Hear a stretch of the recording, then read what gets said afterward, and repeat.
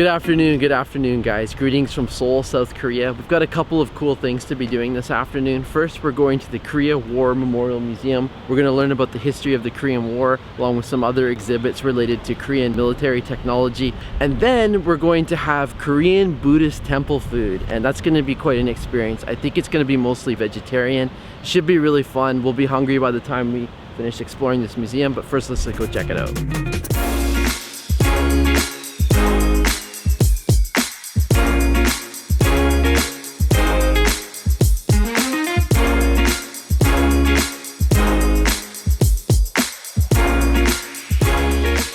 So over here, this is my favorite section of the museum. You have vintage cars, you have old military technology that dates back to various wars.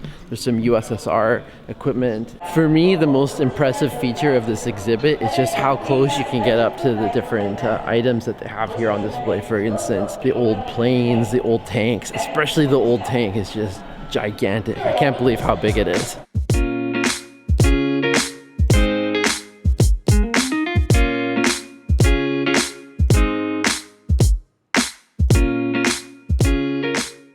Here are some of the weapons and artillery used during the Korean War. So in terms of participants from the US, there was 1,789,000. 36,000 were killed in action and 92,000 wounded. There's also mention of the current peacekeeping operations that the Republic of Korea is actively participating in these days. So David, what do you think of this so far?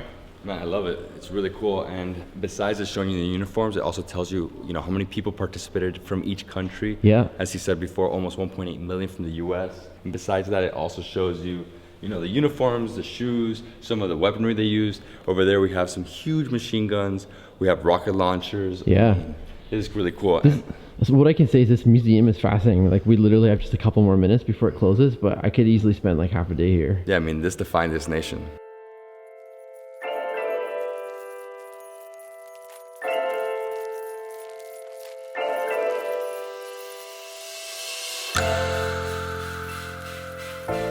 So guys, we're going to a place called Balwoo Gongyang, and it is Korean monastic food, and it's inside here at the 5th floor. So let's go check it out. Alright, so the appetizer course has arrived here at the restaurant. We're starting off with 3 different dishes of various sizes.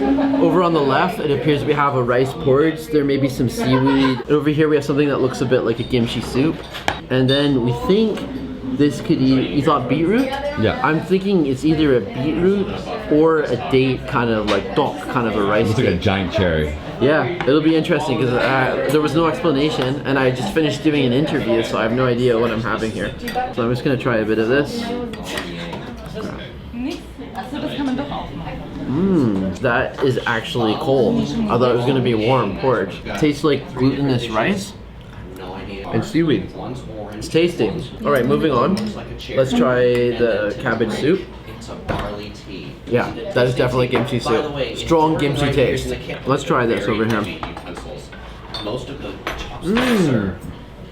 Oh wow, that has a nice soft texture. Actually, it has more of a plum-like consistency. It's not it's not what we thought it was. It's not beetroot and it's not dok. It tastes a bit like a lychee. It's very good. So all of these are really interesting, and I believe this is just the appetizer course. This is a cucumber kimchi. Cucumber kimchi.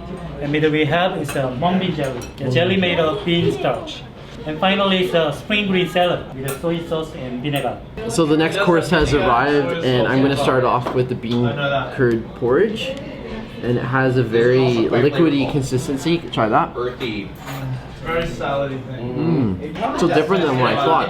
It tastes like ground sesame to me a little bit. I actually really like this one. Wow. I really like that one. It's really creamy. Now I'm going to move on to the other dishes here. So we have pickled cucumber over here, and then we have mung bean jelly with lotus root, and a salad with, I think it's sesame seed dressing. Leafy greens. Oh, wow. Couple small. That is definitely more earthy than I was expecting. Very strong flavor, a little bit minty too. Yeah, not my favorite. So far, I'm liking the porridge the most. And last but not least, let's grab the mung bean jelly. Like it just jiggles on the chopsticks. Wow. Has a really soft texture. It's almost flavorless. It doesn't really taste like much.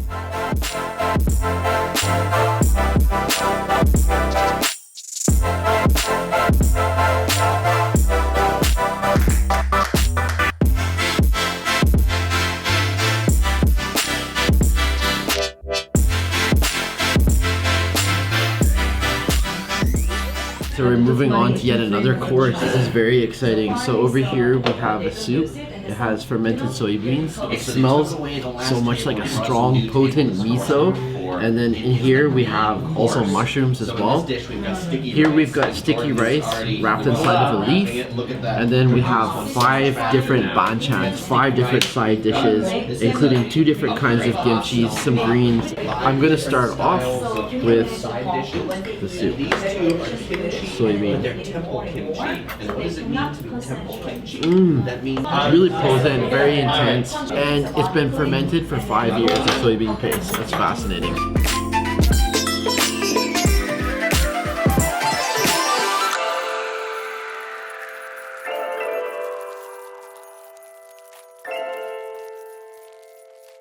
So overall this meal was a real experience. Many different courses, so many different kinds of vegetables.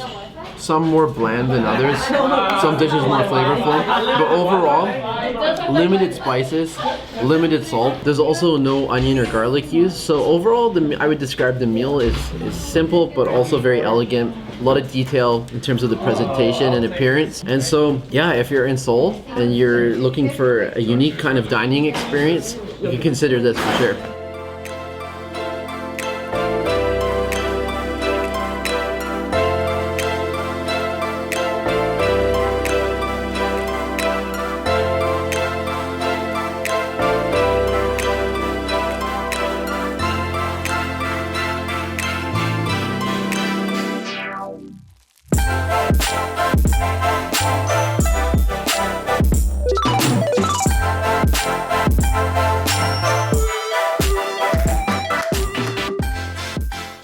All right, what an afternoon, man. Woo! Oh, it's been an action-packed day. We went to the Korean War Museum, which was fascinating. Incredible. Lots of really interesting exhibits. I mean, wish I had a little bit more time to explore there, but yeah, it was still very much worth it. Then we had a fantastic meal. In terms of Korean food, it wasn't the most flavorful, or, you know, when you think of Korean food, I think of like intense spices. Yeah. It wasn't spicy at all, but so much attention to detail in the presentation. And we are ending off things here in Seoul. Tomorrow we're going to Busan.